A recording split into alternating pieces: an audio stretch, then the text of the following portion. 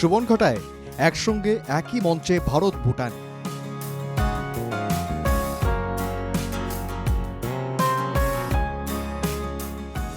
একসঙ্গে উড়ল দুদেশের জাতীয় পতাকা। আকাশে ওড়ানো হলো শান্তির পায়রা। ভারতের অন্যতম প্রতিবেশী ভুটান।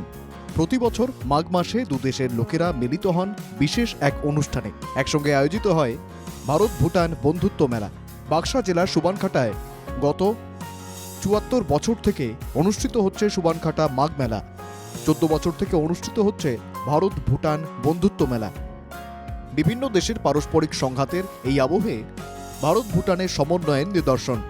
শুক্রবার থেকে বাক্সার সুবনঘাটায় শুরু হলো ৯ দিন ব্যাপী ভারত ভুটান বন্ধুত্ব মেলা এবং সুবনঘাটা মাঘ মেলা। মেলায় উপস্থিত থাকেন প্রতিবেশী ভুটানের বহু লোক। বিভিন্ন সামগ্রী ক্রয় বিক্রয়ের পাশাপাশি মত বিনিময় করেন দুদেশের নাগরিকরা। প্রদর্শন করা হয় পারস্পরিক কৃষ্টি সংস্কৃতিরও।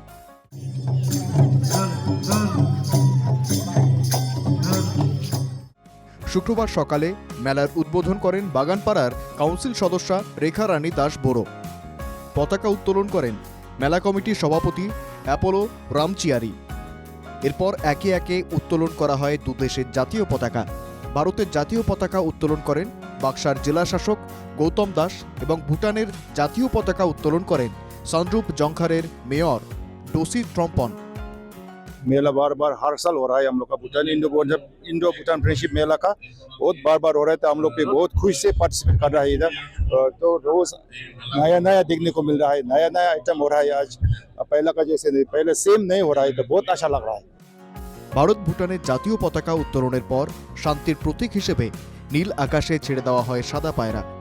দুদেশের বিভিন্ন জনগোষ্ঠীর সমবেত সাংস্কৃতিক অনুষ্ঠান ছিল উদ্বোধনীর মূল আকর্ষণ। উল্লেখ্য, ৯ দিন ব্যাপী এই মেলায় প্রচুর স্টল রয়েছে। ভারত এবং ভুটানের দুদেশের বিরলতম সামগ্রীতে ছেয়ে আছে স্টলগুলি। ভারত ভুটানের এই বন্ধুত্ব প্রতিবেশী অন্য দেশগুলির জন্য এক দৃষ্টান্ত হয়ে উঠুক। আয়োজকদের সবাই চাইছেন এটাই। Bureau report, NK TV Bangla.